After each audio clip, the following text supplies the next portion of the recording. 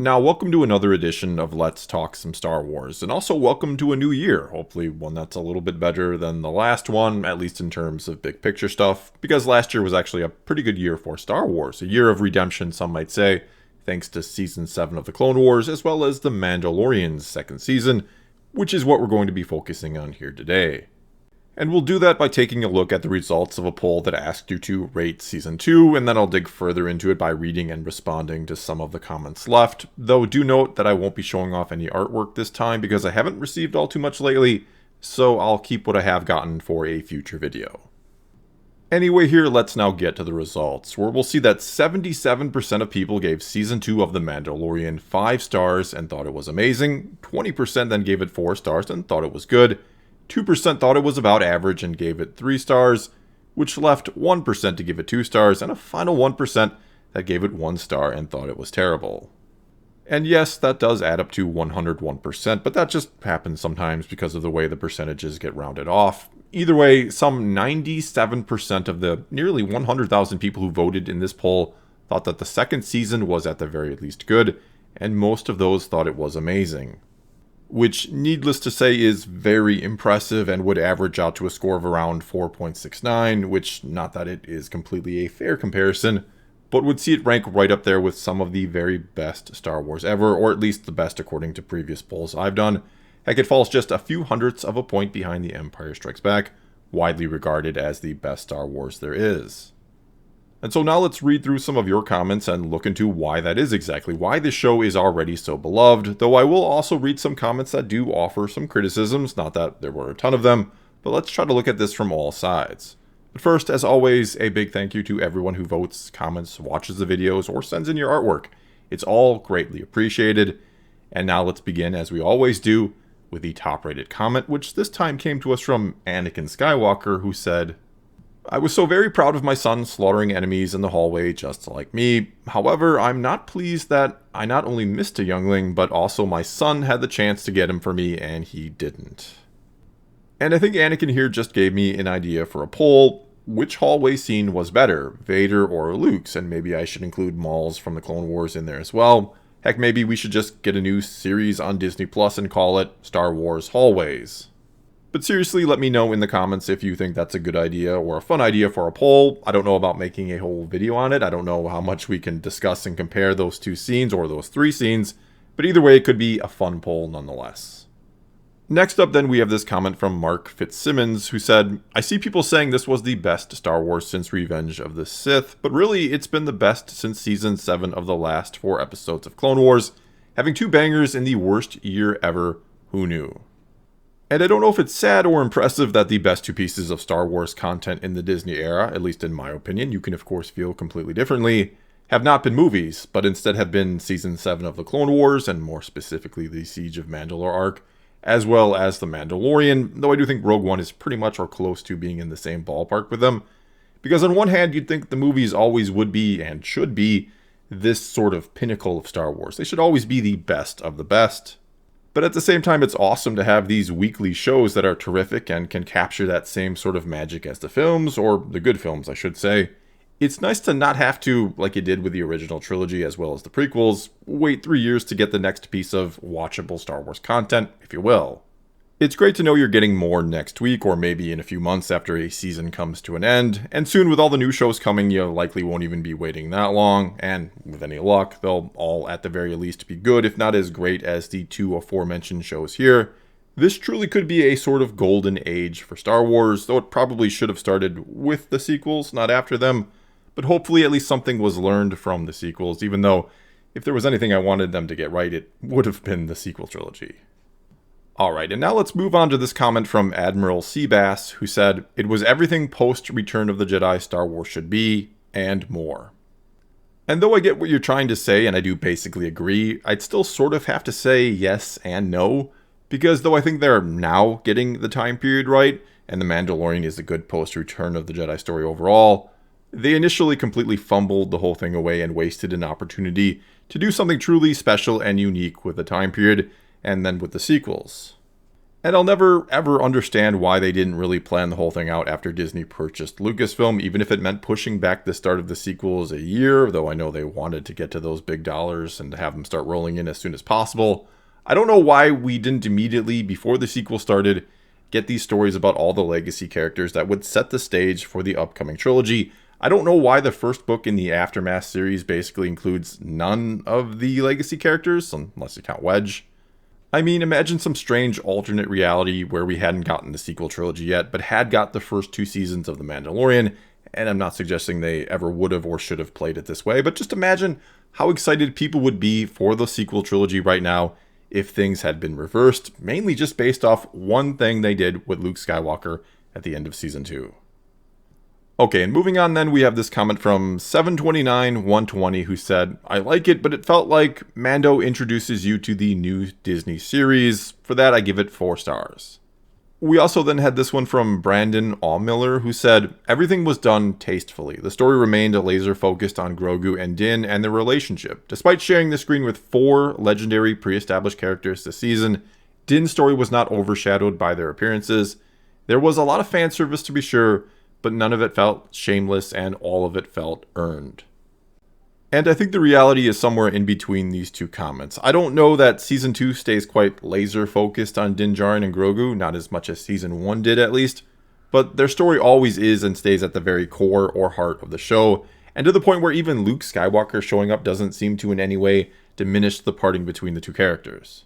But at the same time here, yeah, it can and does sort of feel like this season is or was a giant springboard, that it's setting up a couple other shows, which we now have confirmed it did, which I'm not upset about or complaining about because, as I've talked about before, and as many people brought up in the comments, all these big characters showing up by and large feels very natural. It felt like it was just a part of the story. And I know anytime a popular character shows up, some people want to throw the term fan service around and in a derogatory fashion. But by those standards, if any time a well-known character shows up, it's somehow or is by default a bad thing, then you're essentially closing the door on ever using these characters again. And many of them have stories left to be told or can be used to enhance other stories, and both those things happened in Season 2 of The Mandalorian.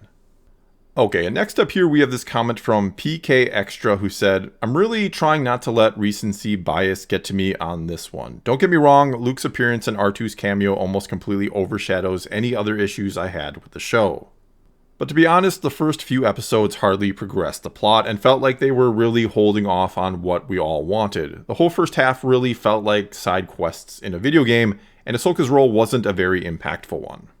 I was really hoping for a larger scale this season, covering more about what it means to be Mandalorian and Mando's feelings towards droids, and I wanted his relationship with Grogu to be at the forefront, but all of those things felt like they were pushed to the side. I don't think the fan service was as bad as people say. I actually think it was a rather nice balance, but it wasn't enough for me. I also have some minor issues with Bo-Katan's framing, but I think the season was alright as a whole, so I'll throw it a bone and give it the 4 stars. Then we also had this comment from MK80 who said, other than episode 2, I thoroughly enjoyed the season, and seeing Luke in action like that was amazing. I think it will be interesting to see how they transition the story away from Grogu in season 3, although I don't think that will be his last appearance in the show. Okay, so I think these two comments kind of relate to each other in a way, because the first one seems to want a little more or a little something bigger from the show overall, which is one of the common criticisms I do see. While the second one asks a question I see a lot of people asking, which is what happens now with no Grogu. And I think the answer to that, what they do without Grogu, is that the show will get bigger in scope and scale overall, especially now that we know, as was announced, that there is some sort of big crossover event in the works between the multiple shows that this one has spawned. I think mainly through Bo-Katan, we'll learn a lot more about what happened to Mandalore, about Mandalorians and their culture in general, and I think we'll see some galaxy-impacting events, and that Thrawn will be at the center of it all, which sort of brings us to this comment from Pops Jr., who said, a little disappointed that the Empire was yet again not really a threat. All the stormtroopers, TIE fighters, scout troopers, etc. were just target practice for our protagonist. All I hope for next season is a more threatening Imperial army. If they want target practice, use unnamed pirates, not military-trained soldiers. This is my only complaint though. Apart from that, the storytelling was amazing. And I agree. In my opinion, the biggest issue with the show overall just might be that the Empire feels like an obstacle and not a threat, meaning it's just something our protagonists have to deal with and go around, not something that might actually stop them, which is why Thrawn will be or should be brought into the picture, and I think it's clear from the Ahsoka episode he will, because he is a threat and not an obstacle, and if they treat him like an obstacle, there will be a lot of angry fans. And though I'm okay with the way Thrawn was portrayed in Rebels, even though he doesn't quite have that same edge I think he should and does have in the books, and he's constantly using this tactic of, I'll let them go this time and get them next time when they lead me to something bigger, I am eager to see how he gets used in a show that isn't rated Y7 and on Disney XD. Alright, and next up here we have this comment from Doomsday Piper who said, 4 stars. As Star Wars goes, it's outstanding. I love the simple stories and appropriate amounts of nostalgia. It also proves there are stories to be told that don't revolve around the Jedi. I'm giving it 4 stars because it isn't perfect. I think the reason it's so well received is that it's good Star Wars content and feels genuine to George Lucas's vision. I think they played it a bit too safe to earn 5 stars for me. On a technical note, the way they filmed the show will completely revolutionize the industry. I'm glad to see Star Wars is still pushing the envelope of video storytelling. And first of all, I'll agree it's great to see Star Wars once again pushing the frontiers of technology. And I'll agree that the show certainly isn't perfect and that there is room for improvement. And we can ponder if it would be quite this beloved if the sequel trilogy had been exceptional. And in my opinion, I think most people would still love it even if the sequels had been fantastic overall. But I do think some of the issues people have, especially when it comes to things like scope and episode structure, are actually intentional. And I'm certainly not saying you can't take issue with them or not like the way things are done, but there is definitely an effort on the creator's part to not just be like every other show on television or streaming services these days. There is an effort to harken back to shows of old that have more weekly, self-contained episodes, rather than putting almost all the focus on the big picture and overarching story. And you could say one of the best parts about The Mandalorian is you can randomly pick any of the 16 episodes, watch it, and probably get an enjoyable self-contained story out of it. Yet at the same time, there is that larger overall story.